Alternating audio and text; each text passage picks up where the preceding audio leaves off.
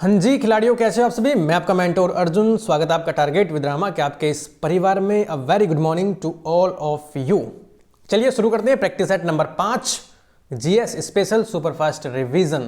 कौन सा? GS special superfast revision. UP special भी इसमें। करंट अफेयर 2024 तक का अपडेट। ई विद्या की प्रैक्टिस सेट्स हैं 25 प्रैक्टिस सेट 25 डेज। तो चलिए शुरू करें। प्रैक्टिस नंबर 5 बिना किसी देरी के 10 बजे प्रीमियर हो जाता है और लाइव जरूर देखें, लोगों को जोड़ें, शेयर करें, लाइक करें। बस इतना ही हम आप लोगों से चाहते हैं ताकि एक अच्छा कंटेंट लोगों तक पहुंचे, बच्चों तक पहुंचे। ओके, चलिए क्वेश्चन की तरफ देखते हैं।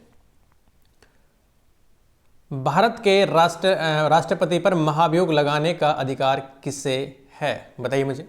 भारत के राष्ट्रपति पर महाभियोग लगाने का अधिकार किसे है? बच्चों पेन आधे पर ही चल रहा है, पता नहीं कैसे आगे नहीं चल रहा है, तो आज थोड़ा एडजस्ट करोगे। भारत के राष्ट्रपति पर महाभियोग लगाने का अधिकार किसे है? संसद के दोनों सदनों को, लोकसभा को, या फिर राज्यसभा को, या फिर लोकसभा के स्पीकर को? बताइए मुझे। तो इंडियन प्रेसिडेंट पर केवल और केवल महाभियोग लगाने की प्रथा है। किसके पास है ये पावर? संसद के दोनों सदनों को है। किसी भी सदन में ये प्रक्रिया शुरू हो सकती है, लेकिन अगर संविधान का उल्लंघन किया है, कारण क्या हो सकता है? केवल संविधान के अतिक्रमण, संविधान से पार जाकर कोई काम किया है, तो ही आप राष्ट्रपति महाभियोग की प्रक्रिया शुरू कर सकते हैं। आर्टिकल नंबर 61 में ये प्रक्रिया दी गई है। याद रखिएगा, आर्टिकल नंबर यानी अनुच्छेद 61 में भारत के राष्ट्रपति पर महाभियोग लगाने का प्रावधान है। लोकसभा और राज्यसभा की संयुक्त बैठक की अध्यक्षता कौन करता है? क्वेश्चन नंबर 2 है, लोकसभा और राज्यसभा की संयुक्त बैठक, कंबाइंड बैठक होती है लोकसभा और राज्यसभा की। पूछा है कि कौन करता है इसकी संयुक्त बैठक की अध्यक्षता। ए कह रहा है कि भारत के राष्ट्रपति, बी कह रहा है भारत के उपराष्ट्रपति, सी कह रहा है लोकसभा का अध्यक्ष, या फिर प्रधानमंत्री। तो बताइए फटाफट, 1 2 3। तो लोकसभा के अध्यक्ष कौन? लोकसभा के अध्यक्ष। लोकसभा और राज्यसभा की जो संयुक्त बैठक होती है वो अनुच्छेद किस में दी गई होती है? अनुच्छेद नंबर 108 याद रखिएगा सबसे पहले तो। और इसकी अध्यक्षता कौन कर सकता है? केवल और केवल लोकसभा के अध्यक्ष ही लोकसभा और राज्यसभा की संयुक्त बैठक की अध्यक्षता करते हैं। लेकिन लोकसभा और राज्यसभा की संयुक्त बैठक को बुलाता कौन है? तो बुलाते हैं आपके भारत के राष्ट्रपति। कौन बुलाते हैं? प्रेसिडेंट साहब बुलाते हैं। और अध्यक्षता कौन करता है? लोकसभा का अध्यक्ष, स्पीकर ऑफ लोकसभा। चलिए नेक्स्ट क्या कह रहा है? अगला कह रहा है, तीसरा क्वेश्चन है आपकी स्क्रीन पर कि गोत्र शब्द का सबसे पहले प्रयोग हुआ था। गोत्र शब्द का सबसे पहले जो प्रयोग हुआ था वो किसमें हुआ था? अथर्ववेद में, सामवेद में, ऋग्वेद में, या फिर यजुर्वेद में? बताइए किसमें हुआ था? गोत्र शब्द का सबसे पहले उपयोग हुआ था, प्रयोग हुआ था, वो आपका हुआ था ऑप्शन नंबर बी। क्या है? ऋग्वेद। किसमें हुआ था? ऋग्वेद में। याद रखिएगा किसमें हुआ था? ऋग्वेद में। लेकिन उल्लेख, प्रथम जो उल्लेख मिलता है, अगर मैं बात करूं गोत्र प्रथा का, ये गोत्र शब्द है, और गोत्र प्रथा की बात करूं तो मैं प्रथा का उल्लेख मिलता है आपका अथर्ववेद में। कौन से वेद में? अथर्ववेद में। याद रखिएगा, ठीक है, दोनों ऑप्शन को याद रखना है। नेक्स्ट देखिए फटाफट क्या कह रहा है। न्याय के प्रवर्तक थे, न्याय दर्शन थे आपके 6 प्रकार के दर्शन होते हैं, तो उनमें से पूछा कि न्याय दर्शन के प्रवर्तक कौन थे? कौन से ऋषि थे? महर्षि गौतम, या फिर महर्षि कपिल, या फिर कणाद, या फिर जैमिनी? तो आपके पास केवल 5 सेकंड, फटाफट से काउंट करिए और बताइए मुझे कि न्याय दर्शन के प्रवर्तक कौन थे। तो न्याय दर्शक के प्रवर्तक थे आपके महर्षि गौतम। कौन थे? महर्षि गौतम थे। याद रखिएगा 6 तरह के हमने दर्शन पढ़े हैं। कौन से दर्शन? और उसके प्रवर्तक की बात करें तो 6 प्रकार के दर्शन पढ़े हैं हमने, जो मोस्ट हैं। अगर हम बी ऑप्शन की बात करें, जो कपिल हैं, महर्षि कपिल हैं, वो कौन से दर्शन के प्रवर्तक हैं? आप मुझे बताओगे, बताइए। तो सांख्य दर्शन के हैं ये कौन से दर्शन के हैं? सांख्य दर्शन। और आपके कणाद कौन से हैं? तो कणाद हैं आपके वैशेषिक दर्शन के। कौन से दर्शन के? वैशेषिक दर्शन के, ठीक है ना। तो याद रखिएगा इनको। नेक्स्ट देखिए क्या कह रहा है। आगरा की स्थापना किसने की थी? बताइए मुझे, आगरा की स्थापना किसने की थी? आगरा की जो नगर है आपका ताजमहल वाला, वही जहां आप घूमने जाते हो, उसकी स्थापना किसने की थी? मोहम्मद बिन तुगलक ने, इल्तुतमिश ने, सिकंदर लोदी ने, या फिर फिरोज शाह तुगलक ने? ये तो आपको पता ही होगा। मुझे पता है कि ये अगर आपको नहीं पता है ना, बचपन से 2-3 चीजें ही हमको याद कराई जाती हैं कि आगरा की स्थापना किसने की थी। सर मुझको पता है किसने की थी, सर सिकंदर लोधी ने की थी। तो किसने की थी? ऑप्शन बी आपका सिकंदर लोधी। किसने की थी? तो सिकंदर लोधी ने की थी, याद रखिएगा। और कब की थी? 504 ईस्वी में, 1504 ईस्वी में इसकी स्थापना की गई थी, याद रखिएगा। 1504 ईस्वी में सिकंदर लोधी द्वारा आगरा नगर की स्थापना की गई थी। सिकंदर लोधी ने आगरा को ही अपनी राजधानी बनाया था। कौन से नगर को बनाया था? इसलिए इसकी स्थापना करी, तो आगरा नगर ही इसकी कैपिटल थी। किसकी? सिकंदर लोधी की, याद रखिएगा ये पॉइंट भी। ओके, चलिए नेक्स्ट देखिए आगे क्या है। तूतीय हिंद, क्या कह रहा है बच्चों? तूतीय हिंद अमीर खुसरो का जन्म हुआ था, ये आप मुझे बताओगे। तूतीय हिंद अमीर खुसरो का जन्म हुआ था, कहां पर हुआ था? पट्टी में। ऑप्शन ए क्या कह रहा है? ऑप्शन ए कह रहा है पट्टी में, ऑप्शन बी कह रहा है पाटली में, सी कह रहा है पटियाली में, या फिर डी कह रहा है पटियाला में। बताइए कौन सा इसमें आपके लिए आसान है। ये मैंने पहला टेस्ट कराया था और पहले टेस्ट में ये क्वेश्चन था। मैंने जो आपका उसको एक क्वेश्चन को, पहला ही क्वेश्चन था शायद, या दूसरा तीसरा चौथा कोई सा क्वेश्चन था शुरू में ही, उसका जो मैंने आपको नीचे विश्लेषण कराया था उसमें मैंने बताया था कि अमीर खुसरो का जन्म कहां पर हुआ था, ये आप मुझे बताओगे। तो याद रखिएगा ये हुआ था आपका पटियाली में। कहां पर हुआ था सर? पटियाली में। तूतीय हिंद के नाम से जाने जाते हैं कौन? अमीर खुसरो। 1253 में कब हुआ था? जन्म हुआ था इनका 1253 ईस्वी। तो याद रखिएगा ये भी 1253 ईस्वी में उत्तर प्रदेश के एटा में। तो ये कहां पर पड़ती है जगह? ये वाली पड़ती है यूपी के एटा, सुना है ना, वहीं पर पड़ती है ये। चलिए नेक्स्ट देखिए, 7वां क्वेश्चन क्या कह रहा है? बहमनी राज्य की स्थापना, कौन से राज्य की? बहमनी राज्य की स्थापना किस वर्ष हुई थी? कुछ आया माइंड में बहमनी का नाम सुन के? सर मुझे ले चलिए आप मेडिवल हिस्ट्री में, फटाफट मेडिवल हिस्ट्री की फ्लाइट तैयार करते हैं, मेडिवल हिस्ट्री में लैंड करते हैं, फिर देखते हैं कि बहमनी राज्य की स्थापना किस वर्ष हुई थी। ऑप्शन नंबर ए 1336 में, ऑप्शन नंबर बी 1338 में, या फिर 1347 या 1361 में। बताइए मुझे। तो याद रखिएगा इसकी हुई थी ऑप्शन नंबर सी है आपका, कौन सा है वो? 1347। कब हुई थी बच्चों? 1347 में बहमनी राज्य की स्थापना हुई थी। और हमारे लिए ये जरूर हो जाता है कि इसकी स्थापना की किसने थी, ठीक है ना।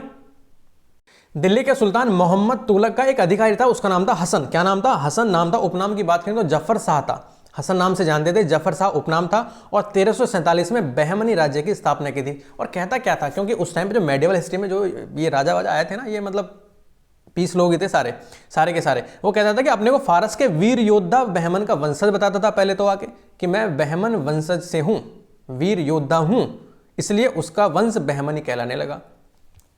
ठीक है ना। 8वां देखिए, बहुत ज्यादा इसमें ध्यान नहीं देना है, एक आध क्वेश्चन बनता है। निम्नलिखित में से किसे दिल्ली के 7 सुल्तानों का शासनकाल देखा था? किसने देखा था बताइए? दिल्ली के 7 सुल्तानों का शासनकाल देखने वाला इनमें से कौन है? अमीर खुसरो, ख्वाजा मुइनुद्दीन चिश्ती, या फिर शेख निजामुद्दीन औलिया, या फिर इनमें से कोई नहीं। तो आपकी स्क्रीन पर पूरे 7 करोड़ यूपी पुलिस वर्दी के लिए क्वेश्चन है ये। बताइए मुझे 8वां क्वेश्चन क्या करा है? ऑप्शन बताइए। तो शेख निजामुद्दीन औलिया ने दिल्ली के 7 सुल्तानों का काल देखा था। किसने? शेख निजामुद्दीन औलिया ने। याद रखिएगा इनका जन्म बदायूं में 1236 में जन्म हुआ था। एक वैसे देख लेंगे, 1236 में इनका जन्म होता है। और उन्होंने अपने जीवन काल में दिल्ली के 7 सुल्तानों का काल देखा। सुल्तान ग्यासुद्दीन तुगलक तो इन्हीं लोकप्रियता से इनकी ईर्ष्या रखता था, इनसे ईर्ष्या रखने वाला एकमात्र था सुल्तान ग्यासुद्दीन तुगलक, उनका भी याद रखिएगा। तो हमको इतना याद रखना कि 7 सुल्तानों का शासनकाल देखने वाला इनमें से कौन है? तो शेख निजामुद्दीन औलिया। ठीक है, चलिए नेक्स्ट। वाडिवास के युद्ध, कौन सा युद्ध है बच्चों? वाडिवास का युद्ध। कौन सा युद्ध? वाडिवास का युद्ध। बताइए आप मुझे। क्वेश्चन कह रहा है, क्या कह रहा है सर? ये कह रहा है कि वाडिवास के युद्ध में 1760 में हुआ था, किसने किसको हराया? फटाफट मॉडर्न हिस्ट्री में पहुंच जाइए। वाडिवास के युद्ध में 1760 में हुआ था। सबसे पहले तो आपके लिए एक ही ऑप्शन यहां पर एक क्लियर हो जाता है कि 1760 में हुआ था। पूछा कि किसने किसको हराया? फ्रेंच ने ब्रिटिश को हराया, ब्रिटिश ने डच को हराया, या फिर ब्रिटिश ने फ्रेंच को हराया, या फिर ऑप्शन डी आपका डच ने ब्रिटिश को हराया। तो बताइए मुझे। तो ऑप्शन इसका है नंबर सी, ब्रिटिश ने फ्रेंच को हराया 22 जनवरी 1760। तो 22 जनवरी का दिन याद रखना, 12 जनवरी का दिन, 22 जनवरी 1760 में वाडिवास के युद्ध में आयरकूट के नेतृत्व में, किसके नेतृत्व में? सर आयरकूट के नेतृत्व में अंग्रेजी सेना ने लाली के नेतृत्व वाली फ्रांसीसी सेना को हरा दिया। ब्रिटिश की तरफ से था आयरकूट, कौन सा था? आयरकूट। और आपका फ्रेंच की तरफ से था काउंट डी लाली, शॉर्ट में बोलते हैं लाली। तो आयरकूट और लाली के बीच भीषण युद्ध हुआ और वाडिवास का युद्ध के नाम से इसे जाना जाता है। 22 जनवरी को यह युद्ध हुआ। ठीक है ना। परिणाम क्या हुआ? 16 जनवरी 1761 को पांडिचेरी पर अंग्रेजों का अधिकार हो जाता है। यहीं से होता है अंग्रेजों का अधिकार पांडिचेरी पर। कब? 1761 में। ठीक है ना। चलिए नेक्स्ट देखिए 10वां क्या कह रहा है। बहुत ज्यादा आपको ये इंफॉर्मेशन ज्यादा तो नहीं लग रही है? अगर ज्यादा लग रही है तो मुझे बताना कमेंट बॉक्स में जरूर लिखा करें, कुछ ना कुछ लिख के जाया करें, मुझे नहीं पता क्या लिखना है। भारतीय मानक समय की यामयोत्तर नहीं गुजरती है। एक लाइन होती है इंडियन स्टैंडर्ड टाइम, वो कहाँ से नहीं गुजरती है? आंध्र प्रदेश से, महाराष्ट्र से, छत्तीसगढ़ से या फिर उत्तर प्रदेश से? आपने जरूर पढ़ा होगा ये ऑप्शन, आपने कहीं ना कहीं तो पढ़ा होगा। मैं इतनी तो गारंटी ले सकता हूँ। आप मुझे बताओगे कि कहाँ से नहीं गुजरती है, बताइए फटाफट। तो सर ये गुजरती नहीं है, कहाँ से? महाराष्ट्र से। सर ये महाराष्ट्र से नहीं गुजरती है, फिर कहाँ से गुजरती है? पता होना चाहिए ना। जी सर, तो ये गुजरती है, इसको बोलते हैं 82। तो याद रखिएगा 82 1/2। ये जो आपकी लाइन है ना 82.5 डिग्री, कौन सी? 82.5 देशांतर, 82.5 देशांतर अवस्थित है, 82.5 देशांतर से अवस्थित है। अगर मैं बात करूं तो जो आपकी मानक समय इलाहाबाद के नैनी क्षेत्र से गुजरता है। अगर शॉर्ट में इसकी बात करूं तो ये इलाहाबाद के नैनी क्षेत्र से गुजरता है। अगर यूपी में पूछ ले आपसे कि कहां से गुजरता है, तो इलाहाबाद के नैनी क्षेत्र से गुजरता है। भारत के निम्न राज्यों से भारतीय मानक समय गुजरता है। कौन कौन से वो राज्य हो सकते हैं मुझे बताइए? तो वो हैं आपके यूपी। कितने राज्य हैं देखिए, यूपी, फिर एमपी से नीचे को, फिर छत्तीसगढ़ से, फिर आपका आंध्र प्रदेश से। ठीक है, ये याद रहेगा। उत्तर प्रदेश, मध्य प्रदेश, छत्तीसगढ़ और आंध्र प्रदेश। चलिए नेक्स्ट, निम्नलिखित में से किस राज्य के साथ, 11वां कह रहा है कि निम्नलिखित में से किस राज्य के साथ उत्तर प्रदेश की सीमा स्पर्श नहीं करती? आपको पंजाब जरूर देगा। मैंने आपको बहुत बार समझाया, अगर ऑप्शन में पंजाब दे देना तो तुरंत अलर्ट हो जाना कि ये तो हो ही नहीं सकता सर, बाहर करो फटाफट इसे। तो बाहर कर देते हैं। तो पंजाब इसमें ऑप्शन में नहीं है, तो पंजाब की सीमा यूपी से नहीं लगती। बाकी हिमाचल प्रदेश, छत्तीसगढ़, राजस्थान, उत्तराखंड और आपका हरियाणा, इनकी सीमा उत्तर प्रदेश से लगती है। तो कितने जो स्टेट हैं, कितने राज्य की सीमा यूपी से रखती है, हमको पता होना चाहिए। तो एक बार माइंड को थोड़ा अलर्ट कीजिए मेरे साथ। दिल्ली सहित, अगर मैं दिल्ली केंद्र शासित प्रदेश को भी जोड़ लूं तो 9 राज्य की सीमा यूपी से लगती है। कितनी? 9 राज्यों की। चलिए नेक्स्ट, 12वां देखिए।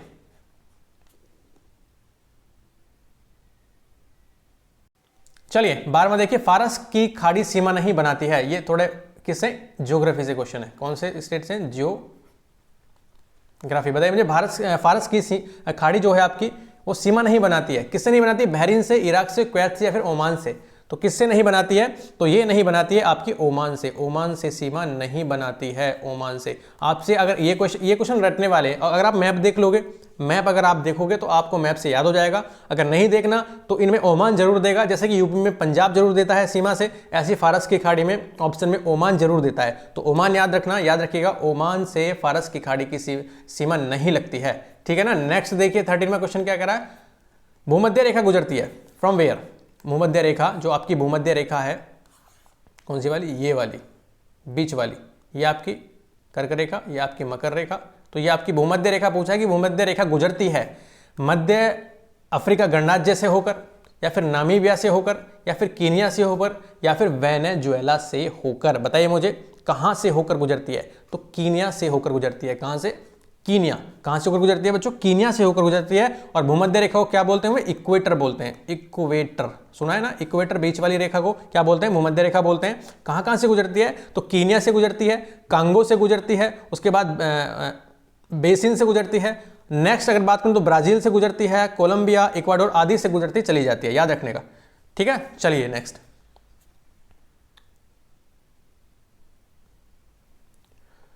आगे क्या कह रहा है? 14 कह रहा है कि निम्नलिखित जल डमरू मध्यों में से किस जल डमरू मध्य से एक सुरंग यूनाइटेड किंगडम तथा फ्रांस को जोड़ती है? किसको? यूके और फ्रांस, एंड फ्रांस। बताइए मुझे इन दोनों को कौन सी जल संधि जोड़ती है? डेविस जल संधि, स्टेट ऑफ डोवर जल संधि, या फिर डेनमार्क स्टेट, या फिर स्टेट ऑफ जिब्राल्टर? बताइए कौन सी जोड़ती है? तो याद रखिएगा स्टेट ऑफ डोवर। कौन सी?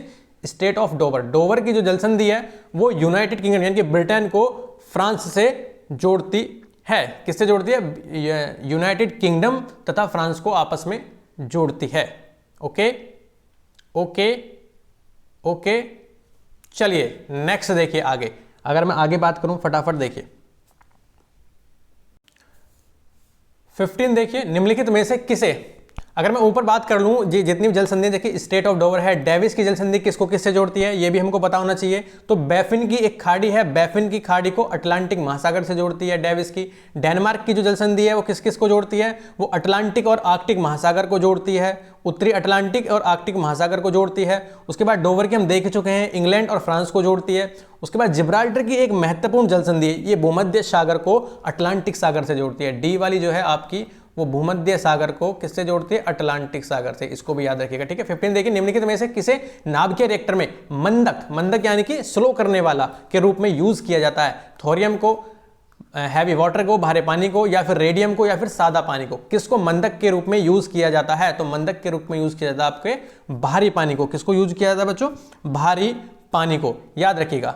और नियंत्रण के रूप में, नियंत्रक के रूप में किसको यूज किया जाता है, तो नियंत्रक के रूप में यूज किया जाता है आपको कैडमियम या फिर बोरोन की लंबी छड़ों को। किसको, कैडमियम या फिर बोरोन की लंबी छड़ों को। नेक्स्ट देखिए क्या कह रहा है, 16 कह रहा है आपका 1 माइक्रोन लंबाई प्रदर्शित करता है। 1 माइक्रोन किसके बराबर होता है, 1 माइक्रोन किसके बराबर होता है, इसमें ज्योग्राफी और साइंस स्पेशल है, इस टेस्ट में ज्योग्राफी और साइंस स्पेशल है, बाकी यूपी स्पेशल और करंट अफेयर तो आपको मिलेगा ही मिलेगा।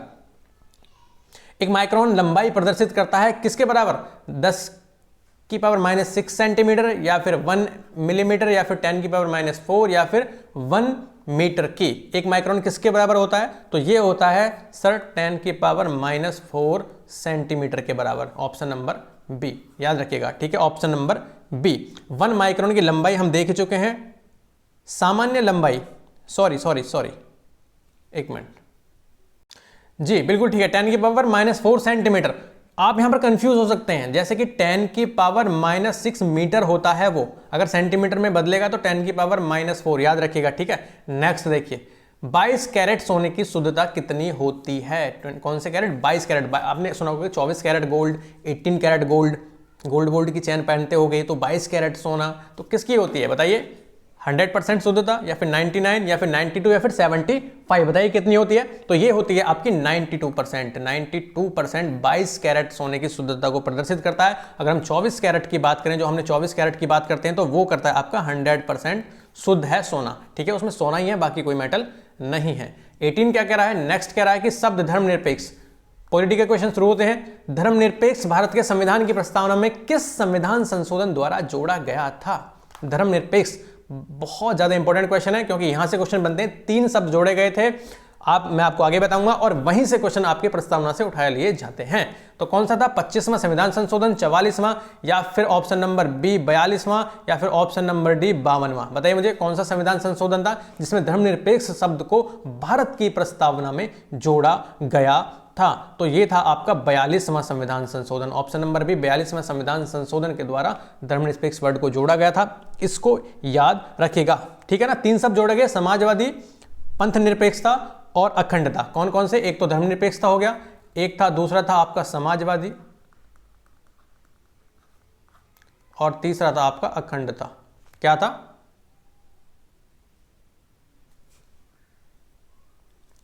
और तीसरा क्या था, अखंडता, ठीक है। कौन सा संविधान संशोधन, 42वां संविधान संशोधन। नेक्स्ट देखिए आगे क्या कह रहा है, 19वां कह रहा है आपसे, 19 क्या कह रहा है कि भारतीय संविधान का कौन सा अनुच्छेद अस्पृश्यता का उन्मूलन करता है और किसी भी रूप में इसके आचरण का निषेध करता है, बताइए। अस्पृश्यता यानी कि छुआछूत, बताइए कौन सा है निम्न में से, कौन सा है, ए है अनुच्छेद 16, या फिर बी है अनुच्छेद 17, या फिर सी है अनुच्छेद 18, या फिर डी है अनुच्छेद 15, तो यह है आपका अनुच्छेद 17, ऑप्शन नंबर बी, ठीक है ना। तो ये छुआछूत यानी कि अस्पृश्यता का उन्मूलन करता है। नेक्स्ट देखिए क्या कह रहा है, अगला कह रहा है कि होयसलों, क्या कह रहा है कि होयसलों की प्राचीन राजधानी द्वार समुद्र का वर्तमान नाम क्या है। होयसलों की एक राजधानी थी, प्राचीन थी, उसका नाम था द्वार समुद्र, अभी उसको किस नाम से जानते हैं ये मुझे बताओगे। श्रृंगेरी है, या फिर दूसरा नंबर बेलूर का है, या फिर हेलविद है, या फिर सोमनाथपुर है, बताइए मुझे फटाफट क्या है। 1 2 3, तो उसको बोलते हैं हेलाबिडू, आपने सुना होगा हेलाबिडू के मंदिर, इनको हाल ही में यूनेस्को की विश्व धरोहर सूची में शामिल किया गया है, किसको, हेलाबिडू के मंदिरों को।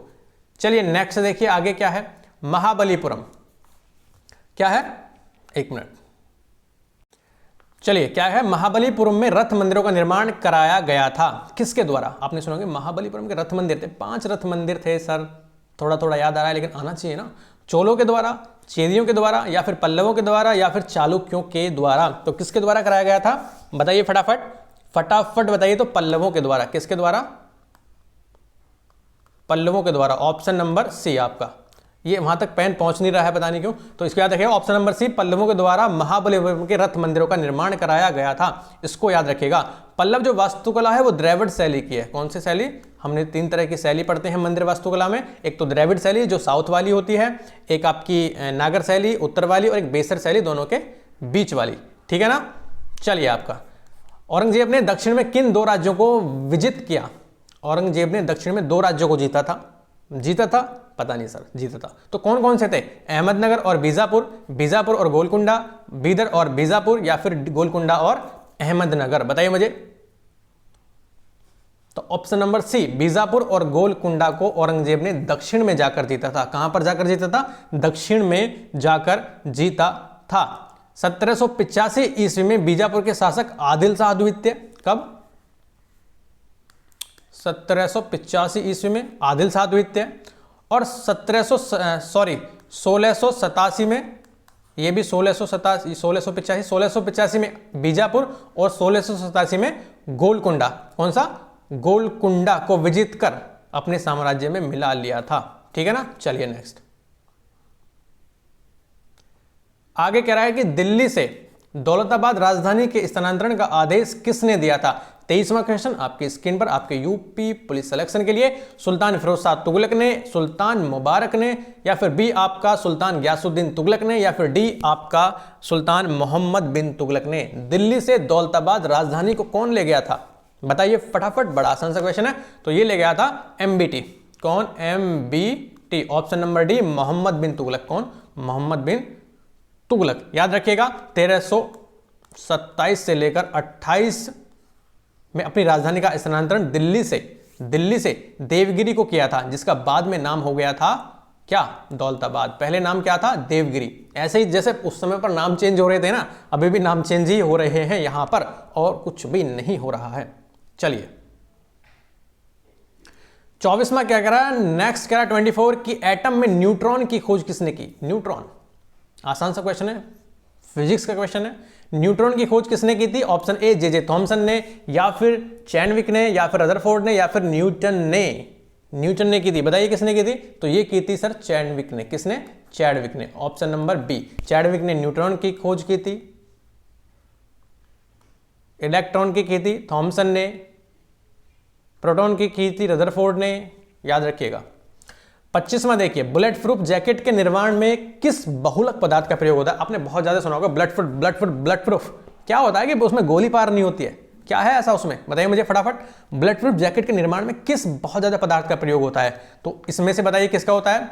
नायलॉन 66 का, बी रेयन का, या फिर केवलर का, या फिर डेक्रॉन का? तो इसमें यूज होता है बच्चों केवलर का।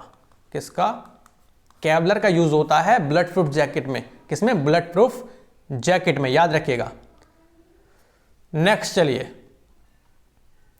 26वां क्वेश्चन क्या कह रहा है? 26 कह रहा है आपकी स्क्रीन पर कि फलों को कृत्रिम तरीके से पकाने वाली गैस है। कौन सी गैस है? फलों को कृत्रिम तरीके से पकाने वाली कौन सी गैस है? ईथर है, या फिर अमोनिया है, या फिर एसिटिलीन है, या फिर एथिलीन है? आसान सा है ना, ऐसी ब्लेंडर मिस्टेक कर देते हो। ईथर, अमोनिया, एसिटिलीन या फिर एथिलीन? तो है इसका एसिटिलीन। क्या है?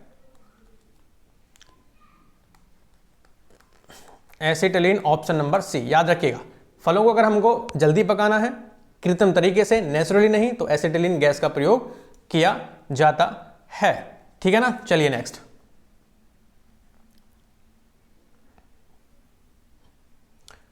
क्या कह रहा है? तपेदिक रोग। तपेदिक रोग का कारण है जीवाणु, विषाणु, कवक, या फिर प्रोटोजोआ? बताइए। तपेदिक का मतलब क्या होता है? टीबी तो नहीं है, ट्यूबरकुलोसिस। टीबी को तपेदिक रोग कहते हैं। और पूछा है कि इसका कारण क्या है? वायरस से होता है, बैक्टीरिया से होता है, वायरस से होता है, फंगस से होता है, या फिर प्रोटोजोआ से होता है? तो बताइए। तो ये होता है आपका बैक्टीरिया से। और बैक्टीरिया का नाम क्या है? तो बैक्टीरिया का नाम है आपका कौन सा? इसका पूरा नाम है टीबी का ट्यूबरक्लोसिस याद रखिएगा।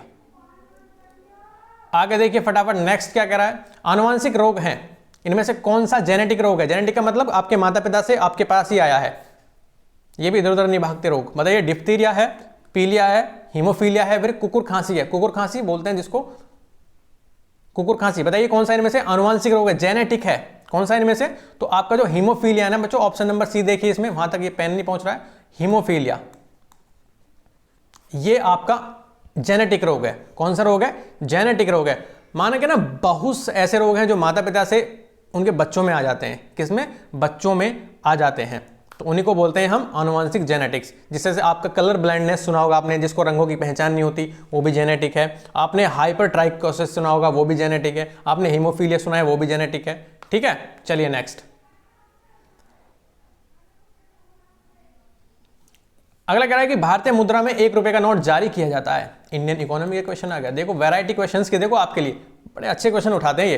रिजर्व बैंक ऑफ इंडिया के गवर्नर के हस्ताक्षर पर, भारत के राष्ट्रपति के हस्ताक्षर पर, भारत सरकार के वित्त मंत्रालय के वित्त सचिव के हस्ताक्षर पर, या फिर वित्त मंत्री भारत सरकार के हस्ताक्षर पर 1 रुपए के नोट के बारे में पूछा है। 1 रुपए, कंफ्यूज नहीं होना है। तो याद रखिएगा यहां पर इंडियन गवर्नमेंट जो आपकी केंद्र सरकार है, उसमें जो वित्त मंत्रालय के वित्त सचिव के हस्ताक्षर इस पर होते हैं 1 रुपए के नोट पर। बाकी सब पर होते हैं आपके आरबीआई के गवर्नर के। ठीक है, किस पर? आरबीआई के गवर्नर के। आगे चलिए, 30वां क्वेश्चन है कि भारत की राष्ट्रीय आय का अनुमान लगाने वाली संस्था है, कौन सी है? भारत की राष्ट्रीय आय, नेशनल इनकम जो होती है, उसका अनुमान कौन लगाता है? आरबीआई लगाती है क्या? पता नहीं सर। वित्त मंत्रालय? पता नहीं सर। योजना आयोग? सर नहीं पता। डी, केंद्रीय सांख्यिकी संगठन। तो कौन लगाती है बच्चों? ऑप्शन नंबर डी है इसमें आपका, केंद्रीय सांख्यिकी संगठन। कौन सा? Central statistical organisation. ठीक है ना, तो ये भारतीय राष्ट्रीय आय का अनुमान लगाते हैं। 31वां क्या कह रहा है, जनगणना वर्ष 2011 के अनुसार, सेंसस में पहुंचा दिया आपको। क्वेश्चंस देखिए, जनगणना वर्ष 2011 के अनुसार किस राज्य की साक्षरता दर सबसे कम है? बताइए। गोवा सर हो सकती है, सिक्किम पता नहीं सर, बिहार या फिर मिजोरम। तो किसकी है? बिहार की सबसे कम है। सबसे कम किसकी है बच्चों? सबसे कम है आपकी बिहार की। सबसे ज्यादा किसकी है? किसकी पढ़ी थी हमने पिछले टेस्ट में ज्यादा? सर वो पढ़ी थी हमने केरल की। जी सर। गोवा के बारे में क्या पढ़ा था? सबसे ज्यादा नगरीय जनसंख्या, सबसे ज्यादा नगरीय, अगर प्रतिशत में देखें तो नगरीय गोवा की क्षेत्रफल के हिसाब से, परसेंटेज के हिसाब से, याद रखिएगा। ठीक है, चलिए नेक्स्ट।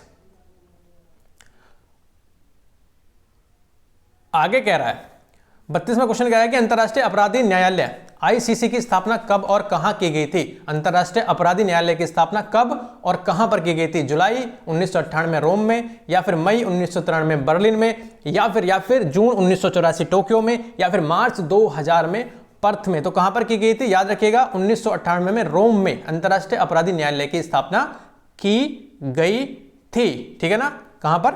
रोम। रोम कहां पर पड़ता है? इटली में। कब? 1998 में। कब? 1998 में। चलिए नेक्स्ट। आगे देखिए अगला क्वेश्चन क्या कह रहा है। आगे कह रहा है, ये कह रहा है कि रिपब्लिक पुस्तक के लेखक कौन है? रिपब्लिक, बताइए रिपब्लिक पुस्तक के लेखक कौन है? प्लूटो सर हो सकते हैं। अरस्तु? No sir. मार्क्स? मे भी सर हो सकते हैं। सुकरात? पता नहीं सर। तो याद रखिएगा वन ऑफ द, जो इसमें ऑप्शन नंबर ए है आपका प्लूटो, वो रिपब्लिक पुस्तक के लेखक है। कौन सी पुस्तक के? रिपब्लिक पुस्तक के लेखक हैं। नेक्स्ट देखिए आगे क्या कह रहा है। उत्तर प्रदेश किस पैदावार का सबसे बड़ा उत्पादक है? उत्तर प्रदेश में सबसे ज्यादा क्या होता है? खाद्यान्न, तिलहन, दलहन या फिर मसाले? बताइए यूपी में सबसे ज्यादा क्या होता है? इन चारों में से खाद्यान्न होता है, तिलहन होता है, दलहन होता है, या फिर आपके मसाले होते हैं। तो खाद्यान्न सबसे ज्यादा यूपी में होता है, याद रखिएगा। खाद्यान्न क्या बोलते हैं? केल्स बोलते हैं।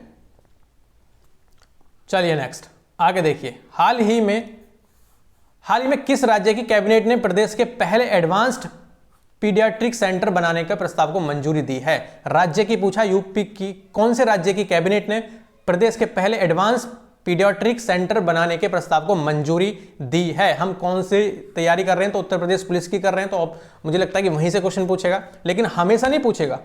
वहां से पूछने के चांसेस हैं, लेकिन हमेशा नहीं है। तो यूपी में ऐसा हो रहा है कि यूपी की राज्य की कैबिनेट ने प्रदेश के पहले एडवांस पीडियाट्रिक सेंटर बनाने के प्रस्ताव को मंजूरी दी है। ठीक है ना। ये बच्चों से जुड़ी सभी बीमारियों का इलाज अलग अलग पीडियाट्रिक एक्सपर्ट करेंगे। यहां पर पीडियाट्रिक सेंटर मतलब बच्चों से जुड़ी बीमारी से संबंधित है। ठीक है ना। चलिए नेक्स्ट देखिए 36 कह रहा है कि 75वें गणतंत्र दिवस समारोह के अवसर पर, कौन से समारोह के अवसर पर सर? 75वें गणतंत्र दिवस के समारोह के अवसर पर मुख्य अतिथि के रूप में किसे आमंत्रित किया गया है? 75वें गणतंत्र दिवस के समारोह के अवसर पर मुख्य अतिथि के रूप में किसे किसे किसे अब कौन आने वाला है बताइए? फ्रांस के, कहां के? फ्रांस के आपके राष्ट्रपति इमैनुअल मैक्रो। कौन? Emmanuel Macron. Option number B में देखिए, इमैनुअल मैक्रो 75वें गणतंत्र दिवस समारोह के अवसर पर मुख्य अतिथि के रूप में भारत आने को नियंत्रित किया गया है, आमंत्रित किया गया है। ठीक है। 74 में कौन से आए थे बताइए? 74 में कौन से आए थे? तो वो आए थे आपके इजिप्ट के, मिस्र के। 37 में कि भारत और किस देश के मध्य संयुक्त सैन्य अभ्यास मित्र शक्ति का 9वां संस्करण आयोजित किया गया? तो मित्र शक्ति किस किस के बीच हुई थी बताइए?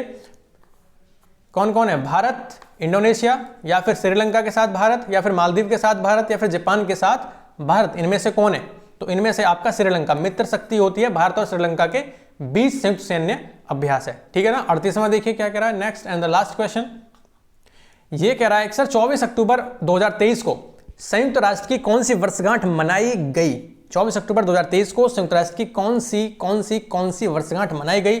71वीं, या फिर 73वीं, या फिर 75वीं, या फिर 78वीं? तो बताइए। तो 78 बच्चों, ऑप्शन नंबर डी आपका देखिए, फटाफट उधर को देखिए, ऑप्शन नंबर डी इसमें है। इसमें 2023 को 78वीं इसकी वर्षगांठ मनाई गई 24 अक्टूबर को, याद रखिएगा। ठीक है ना।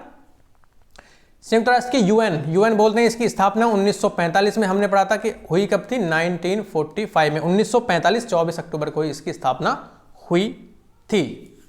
चलिए ये आपके कंप्लीट होते हैं 38 क्वेश्चन और आपका आज का टेस्ट भी फिनिश होता है। होप आप सभी ने अच्छे से लगाया होगा। अपने स्कोर जरूर लिखा करें यार, कोई नहीं लिखता है, लिखा करें, शर्माया ना करें। कम बने ज़्यादा बने वो मैटर नहीं करता, मैटर करता है कि आप टेस्ट लगा रहे हैं, आप बहुत ज़्यादा आगे हैं औरों से भी। ठीक है ना। तो ख्याल रखिएगा अपना और अगले टेस्ट के लिए तैयार रहना। कल इसी टाइम यानी कि 10 बजे आपको टेस्ट मिल भी सकता है। 10 में अगर एक बार देख लेना आके, आपको रिपोर्ट कर दी जाएगी, यानी कि आपको इन्फॉर्मेशन दे दी जाएगी, क्योंकि कल मैराथन हो सकती है आपकी 11 बजे से। करंट अफेयर की महा मैराथन जो मैं लेने वाला हूं, महा मैराथन अगर होगी तो आपको अभी डाल दिया जाएगा। ठीक है। तो ख्याल रखिएगा अपना। All the best.